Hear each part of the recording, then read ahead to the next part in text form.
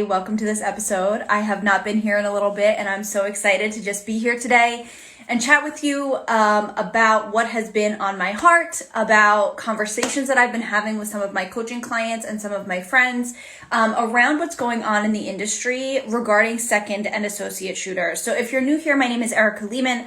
I am a business coach for wedding photographers, but one of the biggest things for me is having integrity and being mindful of your leadership as you move forward in growing your wedding photography business, because a lot of us have left corporate America or maybe even never entered corporate America, but we are not in corporate America right now because we wanted options. And some of the reasons that we wanted options is that corporate America did not give us those options. And corporate America did not respect our agency. And so, we saw with the Great Resignation over these past couple of years that a lot of people left their positions in corporate America to pursue entrepreneurship because they wanted to have more agency, and they were realizing that with their current position, they were not getting the respect and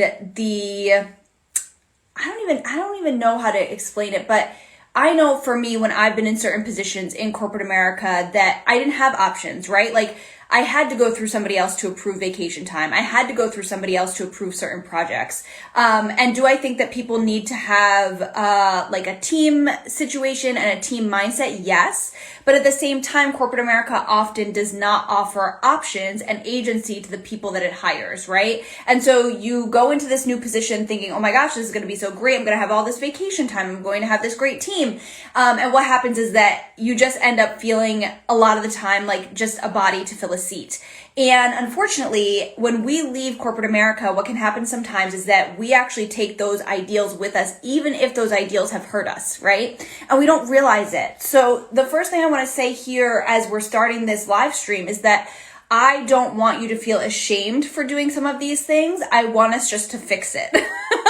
Because sometimes we have these implicit things that are just built into us societally, culturally, etc., that we have the opportunity to fix, and we can't fix it if we don't know that it's a problem. So I wanted to talk with you all today about what the situation is when we have second shooters and how we need to be handling them, not only second shooters, but also associate shooters as well. Because there are situations that as primary photographers, we may lose sight of where we used to be when we were second and associate photographers. We may lose sight of the fact that we actually need second and associate photographers to be a part of our foundation in order to allow for us to scale and grow our business.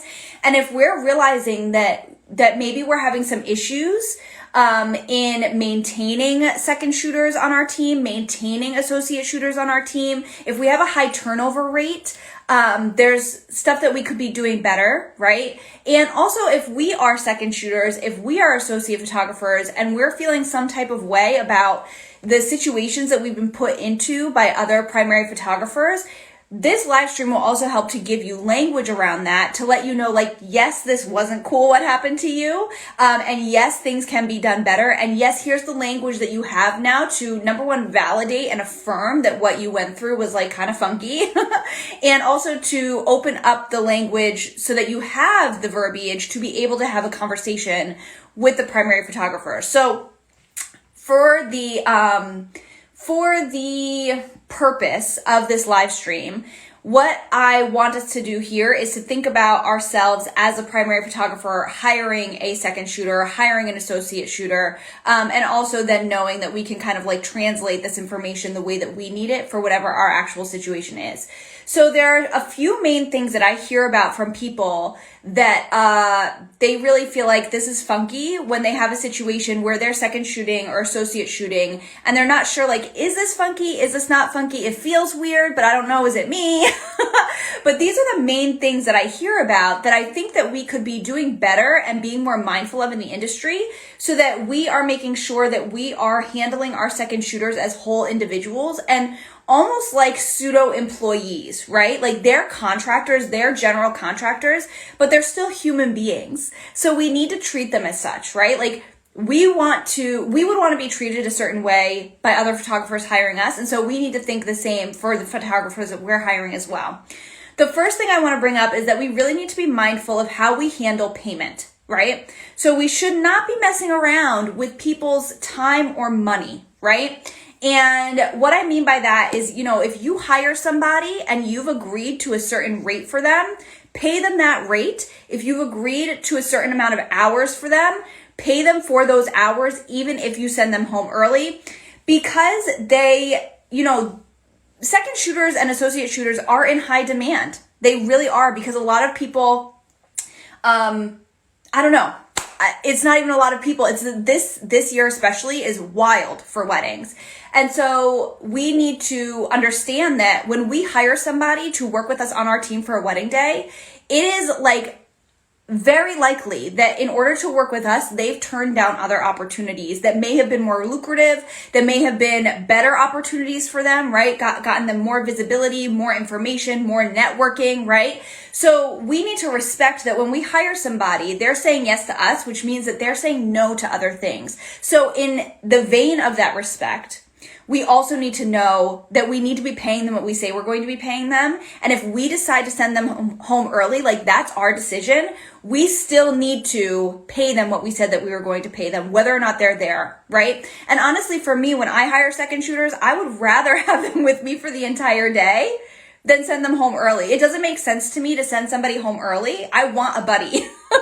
I want somebody with me, and I want to pay somebody to be my body. Like, be with me. Be with me, be my buddy, right? I think there's also something here too, where when we hire second shooters, I think it is really a beautiful practice to split tips with them, right? And that doesn't mean you have to split 50%, but split tips with them. Like if a client gave you a tip and this person helped you throughout the entire day, split some of the tip with them. The fact that, let's just say, you got $100 tip, right? This is just like a random number. Let's just say you got $100 tip and you feel like you did the majority of the work for the wedding day and everything leading up to the wedding day, which honestly you did because you're the primary shooter. But your second shooter was still there to support you. So let's just say you keep 60 to 70%. So you keep $60 to $70 and you give like $30 to $40 to your second shooter. Is it really worth it to you to save $30 to $40 for what? To me, when we can be as generous as possible in our business, that is the best way to operate, because when we're stingy with our resources, stingy with our money, stingy with our information, it is just burdensome. Because what happens is that, not even getting into the whole energy of it, but what happens when we're stingy is that we are constantly doubting in our mind, right? We're constantly thinking well, this person didn't do this, so I'm not going to give them that money, right? Or we're thinking oh, well, I could really use this $40. Why am I going to give it to this other person?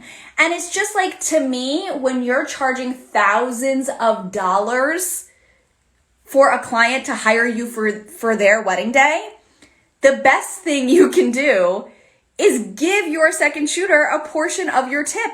That facilitates goodwill. It honors their time with you. It makes them feel warm fuzzies. There have been situations where I've split tips with people and they haven't even realized, oh, this is something that primary photographers do. You can split tips with your second shooters. And I think too, if you have an associate shooter, if somebody is representing your company and the client tips the company, let's just say you have an invoice where the tip goes onto the invoice, give that tip to your associate shooter. Don't hold on to it. The associate shooter is doing the majority of the legwork and the actual work, right? You're probably editing and you're probably scheduling some stuff, but your associate shooter is basically a mini you. So if your client tips you on the invoice, give that tip to your associate shooter. There is nothing wrong with that. You don't need to be taking this money, because you honestly, truly, if you're running a legitimate business, you should have more than enough. You should have enough in your business accounts to cover all the expenses that you need to cover in your business and in your personal life, so that you don't have to feel I got to hold on to this tip and I can't give it to my second shooter or my associate shooter, and I really hope that she doesn't find out. Right?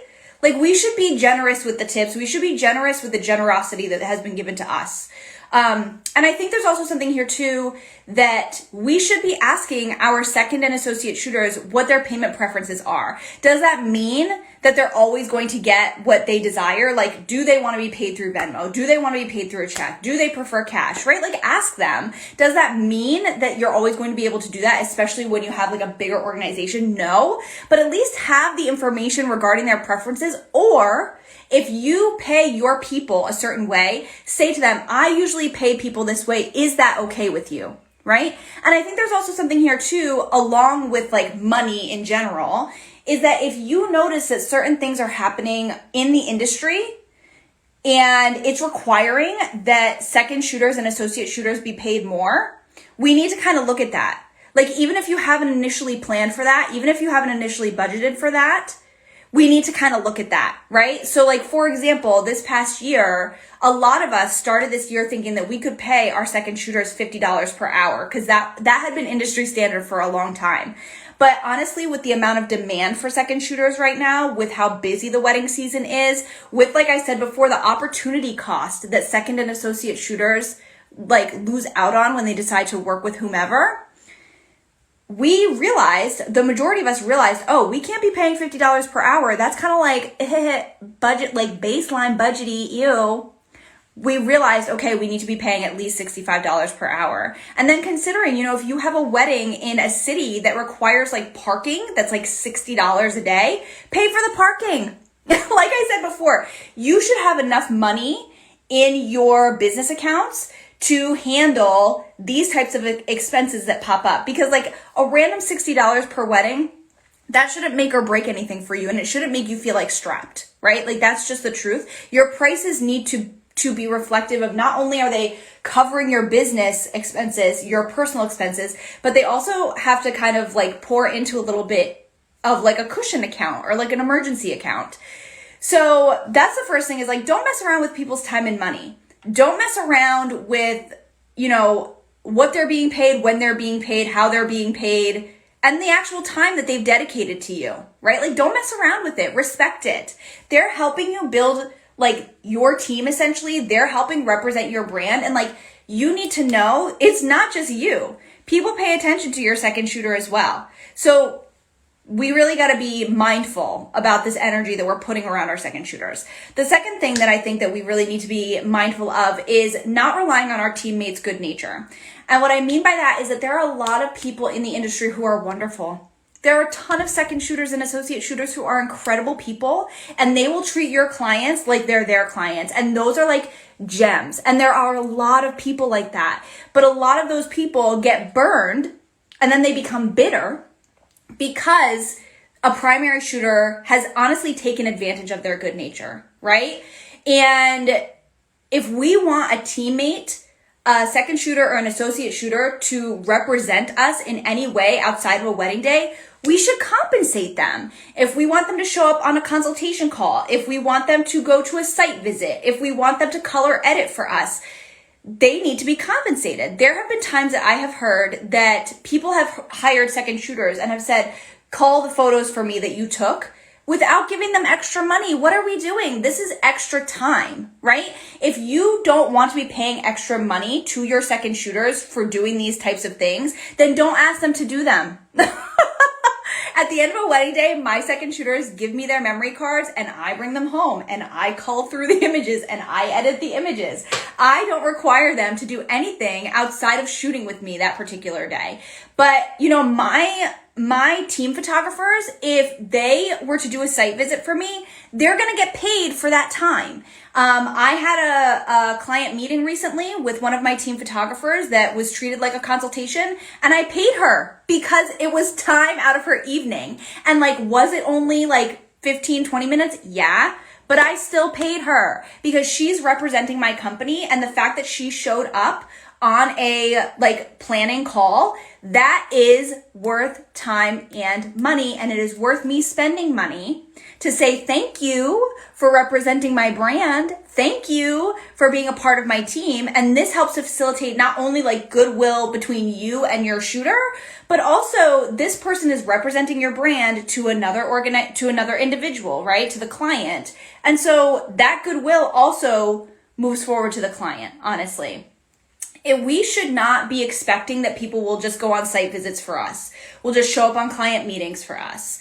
Will just like cull and edit for us. Like that should not be an expectation, especially for second shooters. Associate shooters, that can sometimes be a little bit different, and you should have like contracts that stipulate what's expected, right? But at the same time, anybody that is doing anything for your company, that is spending time, resources, like energy, they need to be paid. They need to be paid. And if they're not paid in like a like one-off, like with the example of like the consultation that I just did, where she got a payment after the consultation, it needs to be reflected in the hourly rate. So like if you're not going to be paying your people after like certain things that they're doing, then it needs to be reflected in the hourly rate that they are going to be paid on the wedding day, which means that you're going to be paying them more, right? If you have expectations of them, they need to be paid more. And we really need to kind of like look at this a little bit, because I think that some of us think this is totally fine for me to not offer payment because this person is so nice, or this person is my friend, or like this person takes such good care of my clients. Like, no, just because somebody is good natured doesn't mean they shouldn't be paid. And that's actually a remnant, like I said at the beginning, from corporate America, where there are offices in corporate America that find out that you have a skill set, appreciate that you have that skill set, and then expect you to use that skill set even though you were not hired for that skill set. And they do not pay you extra. For example, this has actually happened to me in the past. I used to work in an office.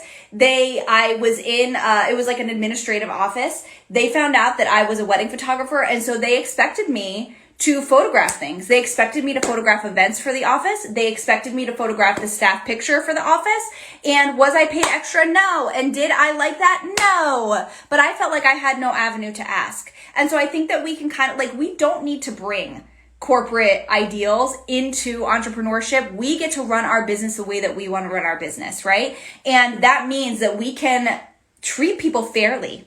We don't need to take advantage of people, right? It's not necessary. And like I said, a lot of the time when we are taking advantage of people, what it is that we feel like we don't have enough.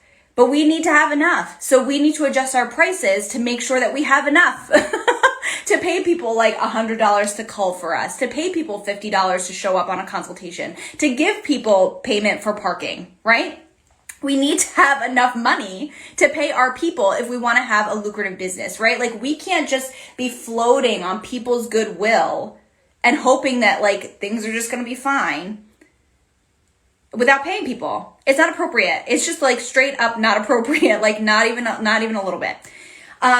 The third thing I want to bring up here is like, we really need to make sure that our energy matches our second shooter's energy. So, or associate shooter. So what I mean by that is like, you will have expectations that whether they're stated or not, but you will have expectations that your second shooter or your associate shooter will show up in a certain way on a wedding day, or in a certain way to client meetings, right? Like you kind of expect them to get there on time. You expect them to dress professionally. You expect them to answer questions in like a normal manner. You expect them to have a good attitude, right? And so we have all these expectations for our second and associate shooters, but we have to make sure that we're meeting them there, right? We have to make sure that we are the same, right? You want to appear as a team with your second and associate shooter. And so like if your second shooter or your associate shooter shows up like freaking awesome, you need to make sure you're showing up awesome too. That means you're showing up on time. That means you're showing up with a good attitude. That means that you're showing up like knowing that people are planning and working towards, and maybe even on a wedding day, like this is one of the biggest days of their lives. And if your second shooter or your associate shooter looks better than you, we got a problem. We got to tighten this up, right? And that's also something that happens with associate shooters, is that a lot of the time for people who hire associate shooters, they understand that they need to create a staff, right? They understand that they need to create a team essentially in order to be able to grow and scale and move forward. But because it's not their own wedding, it's not their own clients, they do not put as much intention into an associate photographer's wedding day that they're going to be taking care of as they do for their own primary clients. That I believe is completely unethical.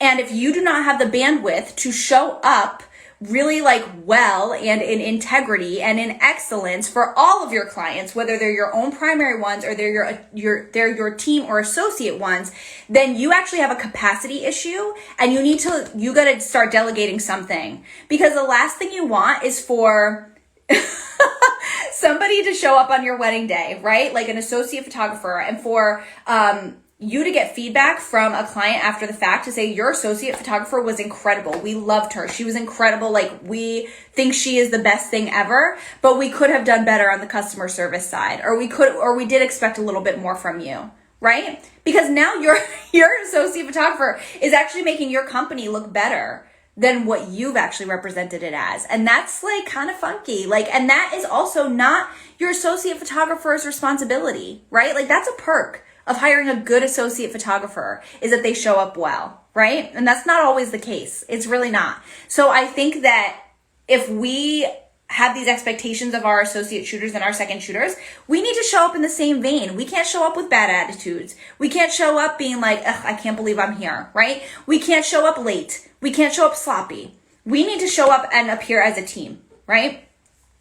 The fourth thing here that we need to talk about is being upfront with information and expectations, and being upfront as soon as possible with information and expectations. I know for me, like, if I get something for anything, it doesn't matter whether it's in the wedding world or not, but if I have dedicated myself to a responsibility or an obligation, and I think it's one thing, and then like the week of the thing that's happening, I get a ton of like really detailed like expectations or information. I'm like, what the heck? Like, I thought I was good, and now I need to set aside time to study everything that I need to be responsible for that day. And now I don't know, like, now my anxiety is raging, right? And so we need to make sure that we are upfront with the information and expectations that we have for people that we are hiring as soon as possible. So when you hire an associate shooter, when you hire a second shooter, send them your expectations, and don't do it the week of the wedding. And honestly, like, I will tell you, I have done it the week of the wedding before, and I feel like a jerk, and I apologize for that. Nobody is perfect. And these are things that I've also learned, not only from having conversations with people, but with doing these things and realizing, oh, this was a mistake and we can fix mistakes. But when we hire people, let them know like what to expect. Like, do you have certain settings that you prefer that people shoot on? Do you have certain lenses that you prefer that people shoot on? How are they going to handle the images like after the fact? How can they use them, right? How do you expect them to show up? Do you actually expect them to show up on time or early? Let's have that conversation, right?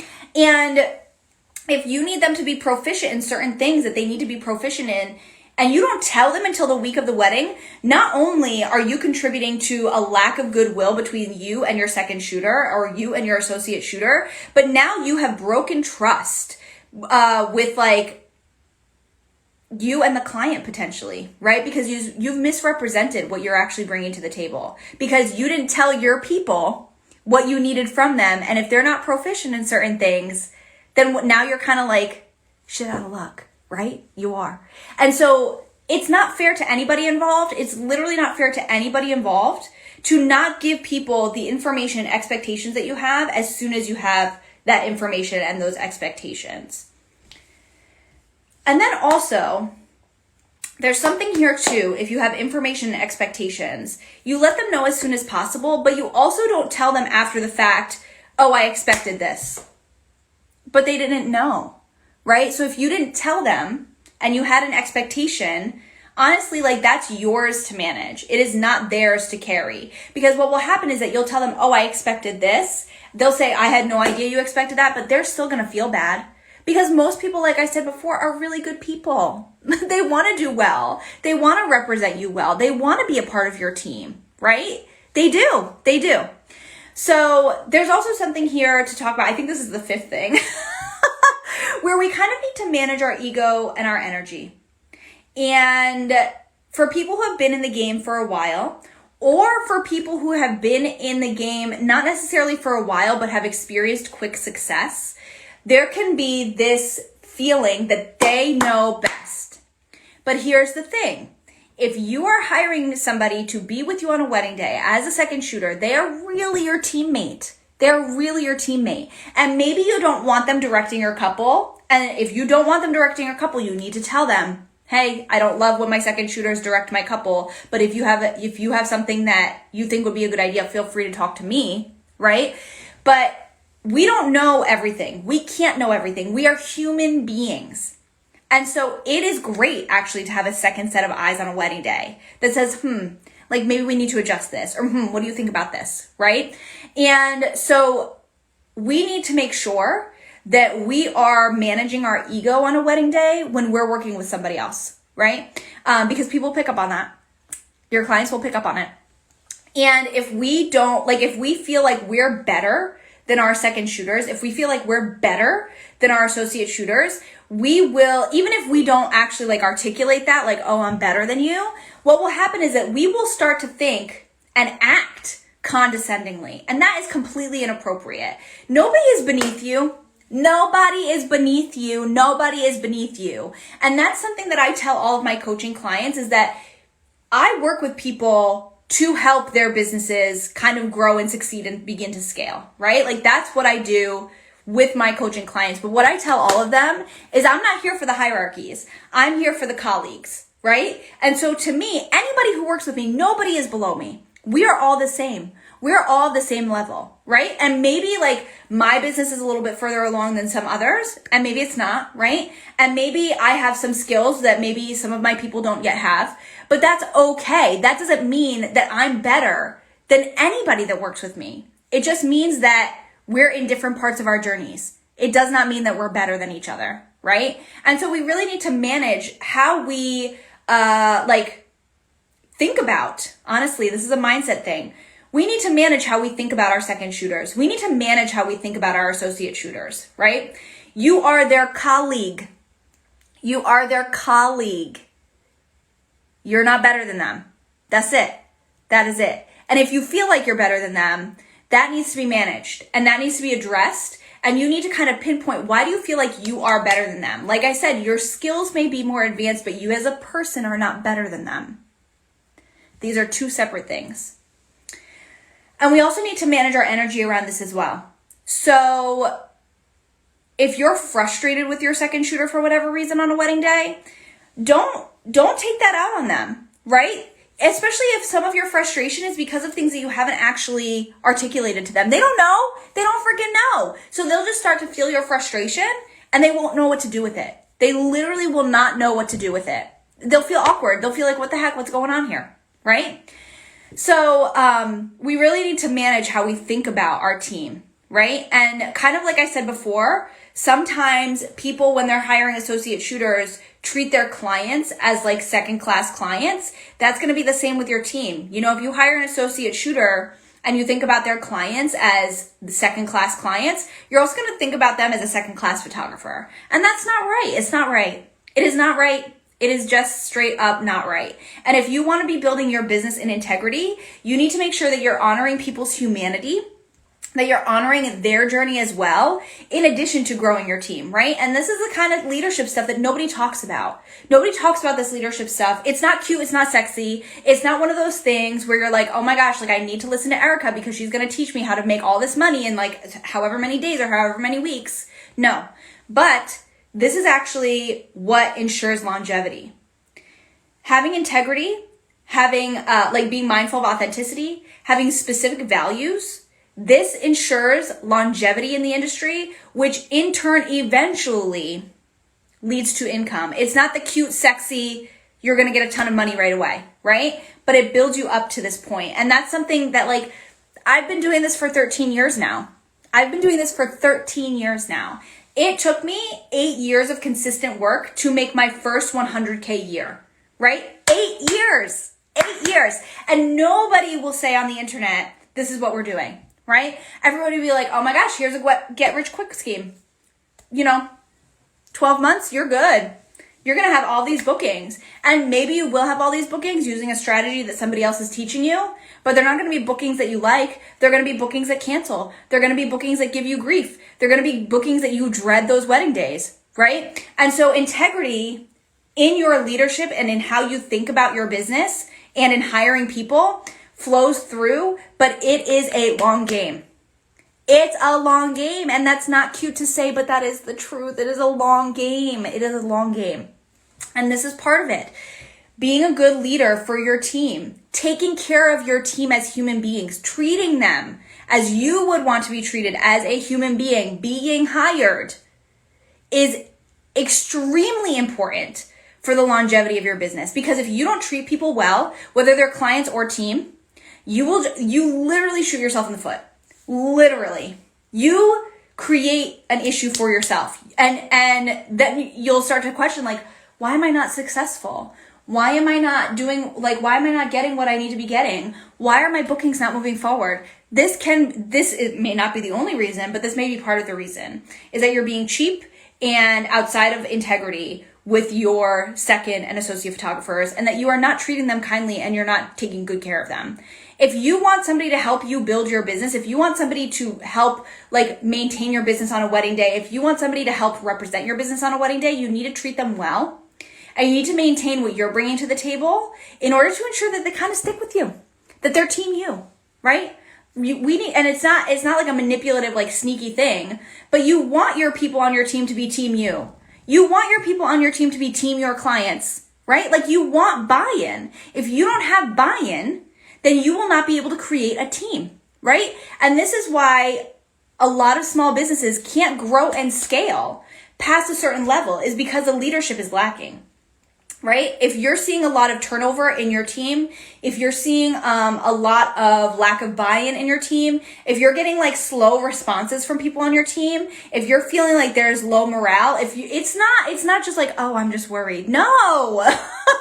If you're feeling these things, there's a reason. Pay attention, right? So a lot of the time, if you can't scale past a certain number of bookings or a certain income level where realistically, if you want to scale past that, you need to create a team, there may be leadership issues, right? And it's up to us to do that self-evaluative work.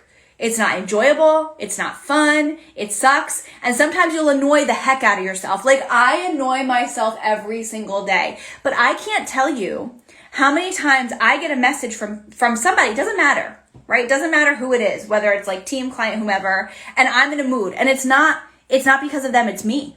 It's me because whatever, I'm getting my period, or I'm tired, or I didn't sleep well last night, or my dogs are annoying me. I am in a mood, right? And so I have to take a minute, and before I respond to them, I need to get my leadership hat on, and I need to say to myself, okay, I need to respond compassionately and in a way that if I looked back at this, I wouldn't feel like I would need to apologize, right? This is also something too. We need to have compassionate communication with our teams, and we need to be mindful that when we're writing stuff out, we need to be extra careful. And some people will say, you don't need to be careful about tone in email, or you don't need to be careful about tone in Slack messages, or you don't need to be careful about tone in text messages. Yes, you do. You do. You do. If you want to be a leader that encourages buy-in, then you need to understand that any message that you give to your person is received by another person, right? Any message that you send to a team member is received by a person, right? And so it's up to you to intimately know that person and to understand that when you write things out, there are tools like emojis that will help you to get your actual tone across, right? There are little things that you can say that will help you get your actual tone across instead of just being a dictator and saying this is what I want, this is what needs to happen, blah, blah, blah, and that's it, right? This is something too, when you're creating timelines and schedules and you need your second shooter, your associate shooter to do something specific, ask them, especially if it's something that is out of the ordinary, ask them, is this something that you feel comfortable doing? And if they're not, we need to have a discussion and we need to figure out a game plan that allows them to feel supported in that moment, right? This is also something that if you have insight into a client's situation that they have shared with you, right, where they're feeling sensitive about any particular part of the wedding journey or the photography journey, give that information to your second and associate photographers. If people feel some type of way getting photographed some type of way, and you have that information, give that information to your second and associate photographers. Don't just let them fly in there blind. They need to be supported, and part of them being supported is them having all the information that they need in order for the client to have a good experience, because at the end of the day, your client has hired you. They have hired you for a reason. They have hired your team for a reason, right? And if they're communicating something to you and they're saying, we feel some type of way, doesn't matter why, but they feel some type of way, it is up to you as the leader in your business to have a conversation with them to either quell their fears or to say, we will do our best to take care of that for you. And then give that information to your associate shooter. Give that information to your second shooter. Let them be empowered, right? Because if they don't have that information, they're going to fly blind and they're going to make the client feel bizarre because the client has given all this information to you, and now they feel like they have to restate it to the second or associate photographer.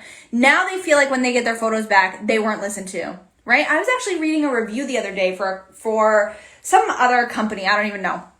And apparently, this company has sent out an associate shooter, and the client had asked not to be photographed in certain ways.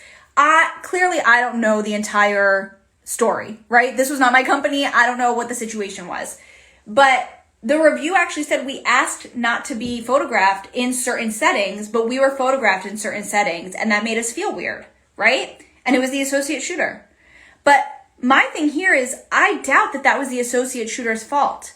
I feel like in a situation like that, the main shooter, the primary shooter, the leader of the organization had the booking conversation with this individual. And I'm sure that this was brought up and then it wasn't shared with the associate shooter. And that's not her fault, right? That's not her fault if she's flying blind. It's just not her fault, right?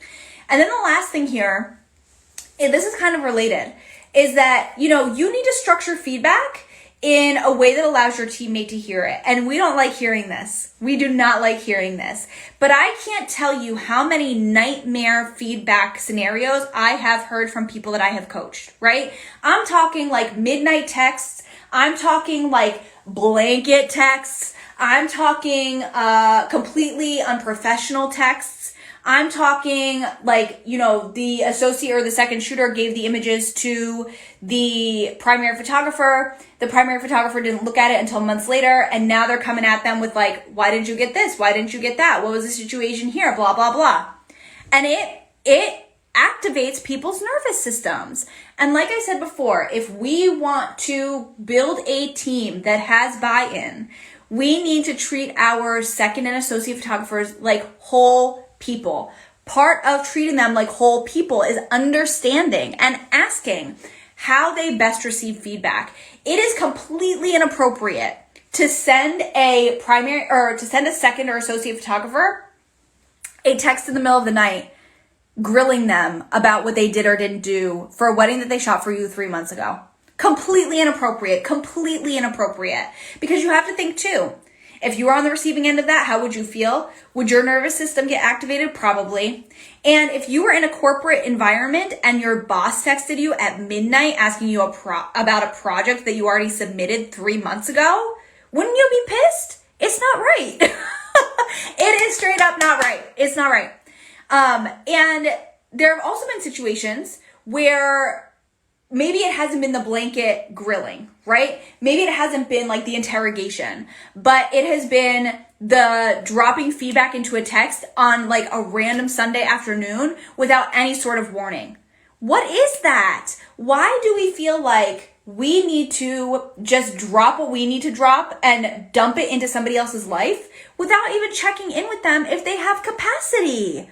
That is like I feel so aggravated about this kind of stuff because feedback is triggering for a lot of people, and people need to be in a specific headspace in order to receive it.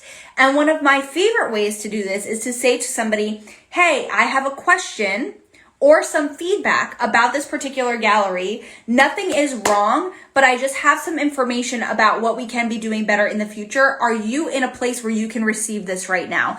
Most people are going to say yes. And if they say no, I can't receive this right now because they got some other stuff going on, because people have whole lives outside of us, right? Then we can respect that and we can say, okay, cool. When do you think would be best for me to reach back out, just so that I know that we're good to go for our next wedding together, right? That is not hard. But I think what happens for a lot of us sometimes is that we get so wrapped up in the situation of, this happened, I wish something was done differently. And we don't even think to ourselves to ask. We just dump it in there, and it's not right. It is completely in like bumping up against somebody else's humanity. It is completely just disrespectful of what somebody else is going through. And honestly too, when you ask if somebody has capacity, give them a minute. Actually let them respond.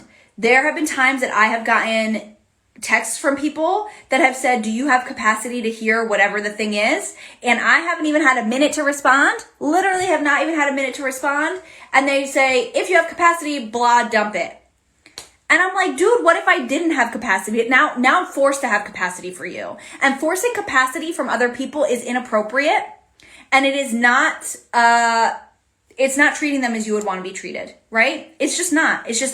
And also you have to think too, what if you had feedback, you dumped it in a text without seeing if people had capacity for it, and they're at their own wedding, right? So now you've dumped feedback into a text message that they're going to get at a wedding when they're sitting down at some point, right? When they're taking 2 seconds to relax, and now you've thrown them off their game, right? And do they need to manage their energy as well? Absolutely they do. But you also have the opportunity to treat them with compassion and kindness, and offering feedback in a way that people can actually receive it.